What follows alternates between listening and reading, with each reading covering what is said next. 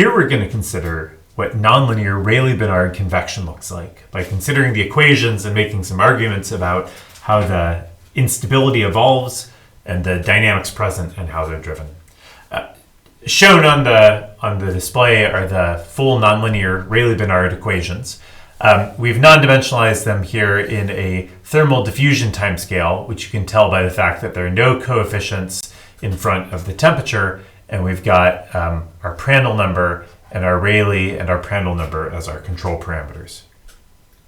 The first equation is the momentum equation, the second is the temperature or buoyancy equation, and the third equation is our continuity divergence of u equals 0 equation. We've written our temperature in a decomposition. We've taken that our full temperature is equal to some T naught plus T, where our T naught satisfies that there's 0 Laplacian. So T naught is a linear function, and so the grad T naught here is also a constant coefficient in the system. We've written it this way because now the left-hand side is the same linear system as the onset or instability problem, and the right-hand side is the remaining nonlinear dynamics. To get a little idea of the character of the instability, we can see that the temperature, the buoyancy, drives motion. And to get a sense of this, I'll take a look at the momentum equation and I'll consider two terms, d by dt of u, and this goes like, by moving the temperature to the right-hand side, Rayleigh times Prandtl times the temperature in the z hat direction. So if I take an unstable system and I want to think about the initial dynamics of the system, let's draw a simple two-dimensional system here. I'm going to draw a simple two-dimensional system. It's unstable if it's hot below and if it's cold above. And let's make our hot red. If it's hot below and it's cold above, and if I get a red blob in the system, well, red is positive temperature, and that is going to drive a positive d by dt of the velocity u. So a red blob is going to drive a motion going up.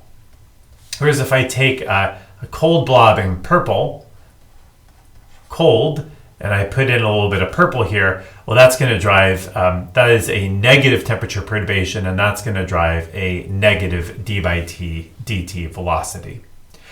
This is the essentially linear evolution.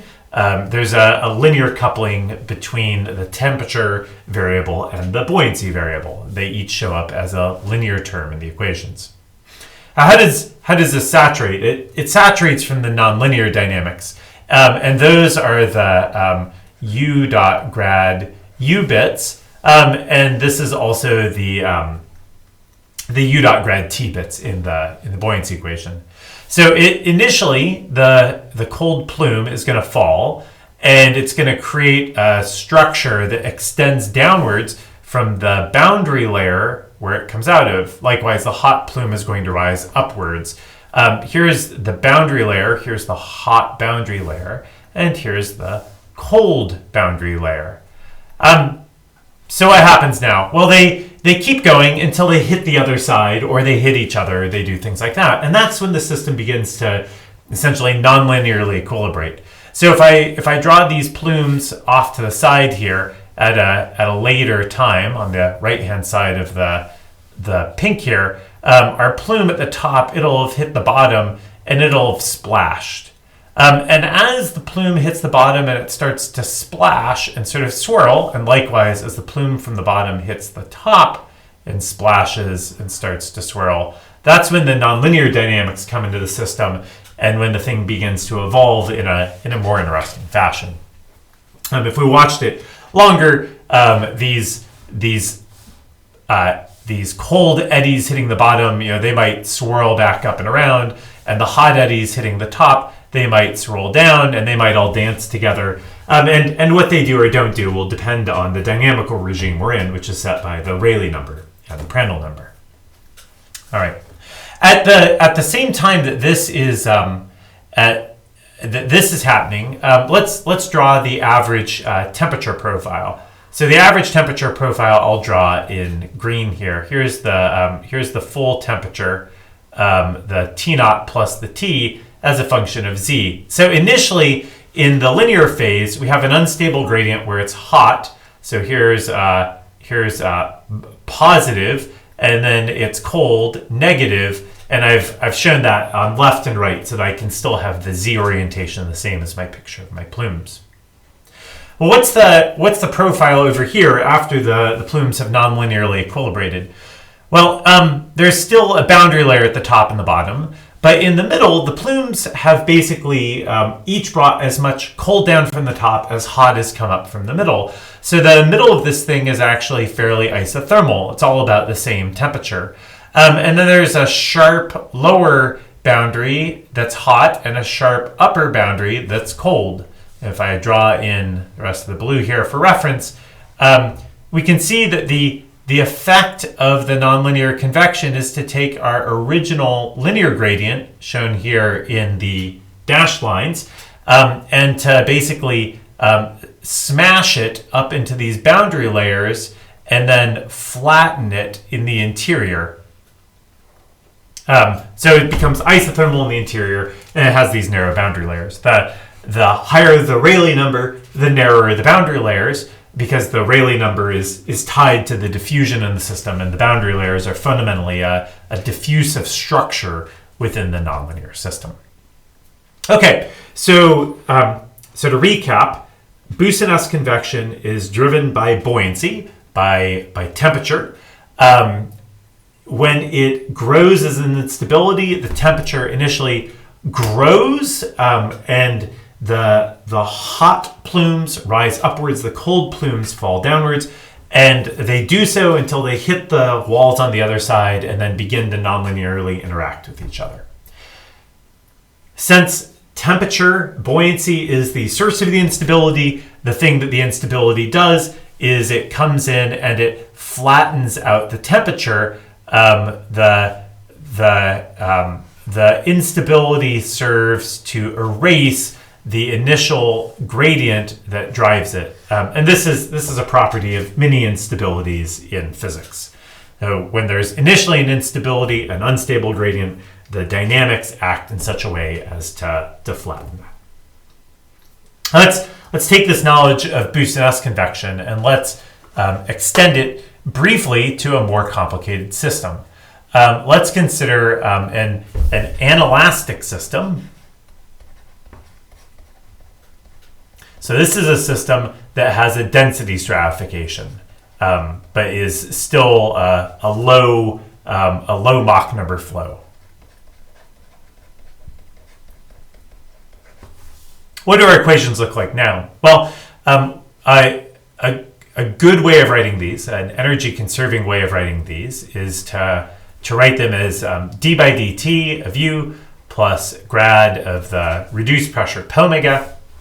Our buoyancy variable now is the entropy, and then in the spirit of Boussinesq, we can non-dimensionalize it in a similar way. The entropy will denote with the letter S here for entropy, and there's an interaction with entropy in the z hat direction. It's convenient to write as z hat here. What it really is entropy interacting with gradients of temperature, or you can do temperature interacting with gradients of entropy fluctuations. But this is basically a z hat directed background field that's tied in with the gravity. It's actually a plus sign when I've got it as the grad. No, it's a plus sign when I have it with the grad T naught here. All right, so then we have our diffusion operator again, U, and I've forgotten my Prandtl number here, and then there's minus u dot grad u. This is a little bit of a simplification. The actual thing is a divergence of a stress tensor, since now we can have motions that are compressive, so it doesn't quite reduce to the Laplacian, but it's Laplacian in character. The entropy equation, the buoyancy equation, looks like d by dt of s plus u dot grad some equilibrated s naught, just like our grad t naught, with a Laplacian on s and a nonlinear interaction, u dot grad s. And then we have our continuity equation, which now is div u is not 0 all by itself, but div u plus u dotted with the grad of the logarithmic density is 0. This is just a way of writing div of the quantity rho u is 0. We've denoted some quantities here with zeros that are sort of the reference or atmospheric values, as it's often phrased in the literature. Okay, so this looks more complicated. We have now non-constant coefficients in the system, like our grad log rho naught and our grad t naught, and so we might be a little worried about how to interpret this. But our Boussin-esque intuition has already told us that the buoyancy variable in the system is s. S drives the flows by d by dt. The S equation looks an awful lot like the temperature equation. So if we had a simple 2D system now with entropy as our variable, we could draw our system here, and we could think about high entropy